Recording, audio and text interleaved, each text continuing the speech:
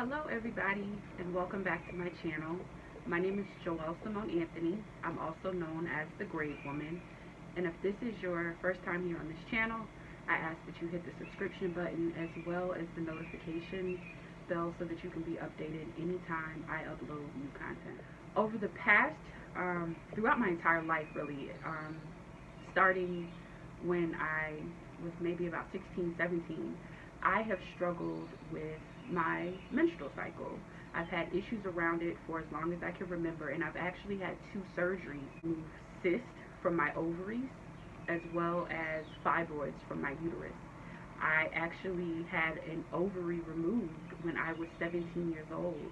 I was having heavy menstrual cycles, extreme pain, extreme discomfort during that time of the month and when I was ovulating. And the doctors actually thought that I had ovarian or uterine cancer and wanted to perform a surgery on me to do a complete hysterectomy. My mother said, absolutely not. You figure out what the problem is, and we'll come up with a plan to ensure that she has the opportunity to have children at some point in her life, because my mom knew that was something that I really desired, and I'm so grateful for that. But upon doing the surgery, they discovered that I did not have cancer. What I had was something called dermoid cyst. Now, dermoid cysts are cysts within or on the ovary or any part of your body that contain particles like hair, skin, teeth, all the cells that make up who you are as an individual. Dermoid cysts contain that. I've actually seen pictures of actual pieces of hair and teeth and things like that taken out of people, and I had several dermoid cysts on and in my ovary.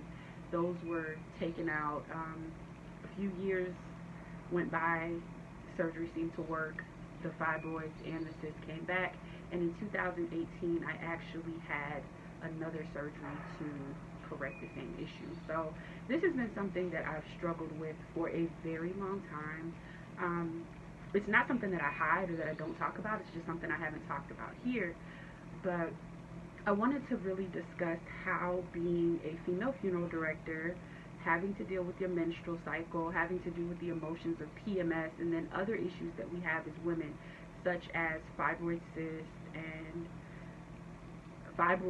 and just other menstrual issues affect us.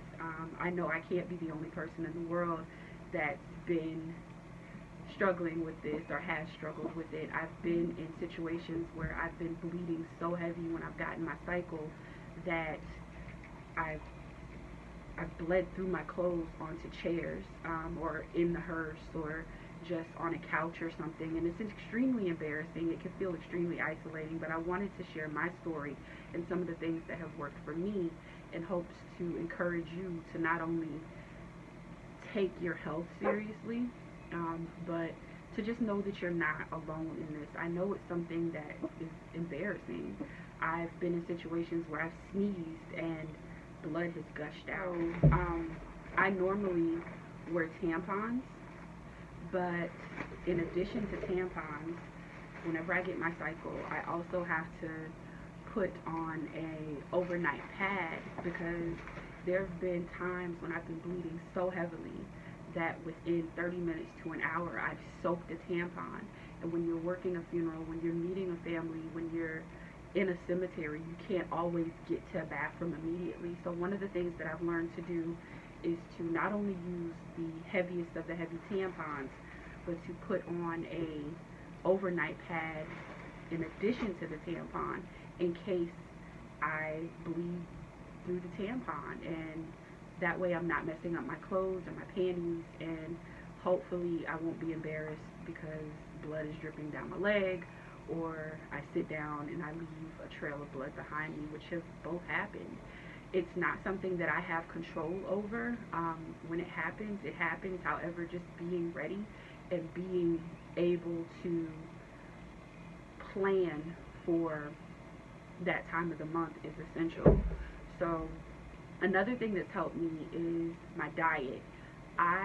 Because of the fibroids and because of the cysts and the hormones that happen around that time of the month, my weight is like up and down. Some months I lose weight, sometimes I gain weight. I think that is a side effect of polycystic ovarian syndrome. Planning to go and get some testing done and see a professional about that. It's never been brought up in conversations with my doctor, but after doing some research, I really think that that may be something that I struggle with as well. In addition to the heavy bleeding, there is a lot of pain associated with that time of month, especially before I had the surgery back in 2018. I would be in so much pain that simply walking from my car to the funeral home door would be excruciating for me. So imagine being in that much pain, having to sit with the family. Sometimes you're sitting in the same position for hours. Sometimes you're sitting down at a church or standing a service for hours. And imagine going on a removal call, being on your cycle, being in pain, and then having to maneuver and lift and all those things. So after a certain point, I simply talked to the funeral home owner and told him that I could not go on any removals because it just was too painful. Not only that, as I mentioned before, I had a surgery that removed one of my ovaries back in 2003, right? So being that I'm still 35 years old, I don't have any children, I want to have children, and lifting and moving and just doing things like that that are putting additional strain on an already fragile part of my body just wasn't good for me. I did not want to make that decision. I did not want to quit doing that part of my job. However, for the sake of preserving my fertility and not only my health, but just, not being in pain, that's something that I had to stop doing. I've had to learn to say, you know what, it's okay for me to take a sick day today if I am having an extreme amount of pain due to ovulation and my cycle. The pain just does not come with the cycle or prior to the cycle or after the cycle. When you're ovulating, your uterus and ovaries are contracting as well, which also can lead to discomfort and pain. I wish that these were discussions that were had in mortuary school. I wish that we as women were more comfortable having these conversations with one another. A lot of women that I know also suffer with irregular periods. So thank God for me, my period is pretty regular. I get my cycle every 25 to 28 days.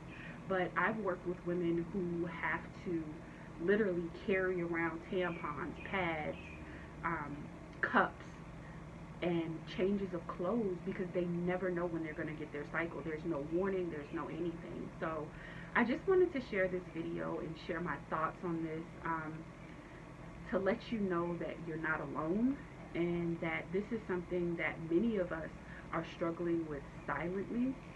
However, it's something that's completely natural. It's something that you don't have control over, but there are things that you can do to help. For me, diet, smoothies, walking, exercising, trying to be mindful about what I eat, not eating a lot of heavy fried foods. For me, fried foods, I can tell maybe a day or two later, especially if I eat them around the time I'm going to get my cycle or when I'm going to start ovulating. I can tell that I've eaten that fried food because I feel like there's just gunk.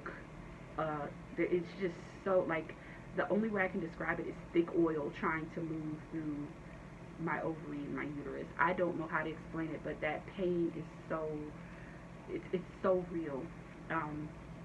So being mindful of what I eat. Every morning I try to make a smoothie. This one's kind of big this morning. I had some fruit that I needed to get rid of, so I just threw it all in here. I try to eat a lot of fresh fruits and vegetables, a lot of salad. I try to cook most of the food that I eat. If I do go out to eat, I do eat meat, but I'm mindful of how much meat I'm taking in. I don't eat a lot of pork. I try not to eat too much red meat. I eat a lot of fish and a lot of chicken, a lot of turkey. But just being mindful of what I eat really helps me because I notice my body feels different. And another thing that happens with the fibroids is constipation. I have always struggled with issues with constipation, and it's because the fibroids that I've had and that I have now are so big that they're pressing against my intestines, which means that the waste that's in my body gets backed up. Um, that is another level of discomfort. So I am a person that tries not to take a lot of medication. So I do a lot of tea. I do a lot of lemon ginger water.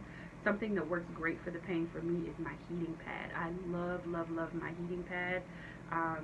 If I am having a rough time, I keep it in my car. I keep it in the office at the funeral home. I keep it with me. Um, if I need to sit on it, it just brings comfort to that area of my body, my vagina and my uterus, and it just makes me feel better. I'll put it, in the back. I have a lot of pain in my back sometimes due to the fibroids and the cyst on my ovary, so I'll put it on my back and on my side. My favorite thing to do is to lay in bed and just lay it across my abdominal area, and it just really helps me get through those really, really, really excruciating moments. If I can't get to my heating pad, something that I've learned to do, my grandma taught me this when I was a little girl. She would put rice in a sock and kind of dampen the outside of the sock, put it in the microwave for 3 to 5 minutes, wrap it in a towel, and then put it on my stomach when I would have extreme cramps and pain. So if you can't get to a heating pad, that's a little trick that I've also been using my entire life. I hope this video helped somebody. I hope I wasn't rambling. I hope this will help somebody. If you guys have any questions or any tips, please feel free to share them in the comment section below. I'd love to continue this conversation. This can be a series where we talk, maybe schedule a live, and just support one another in this, because I know it's hard. It's a lot to deal with on top of everything else we're dealing with, not only as women in our personal lives, but trying to be of service to others in this industry. So thank you guys so much for listening. Drink lots and lots and lots of water. That's something else that really, really helps. Stay hydrated, move, stretch, do what you can, and live life, love hard. I'll talk to you next time. Bye.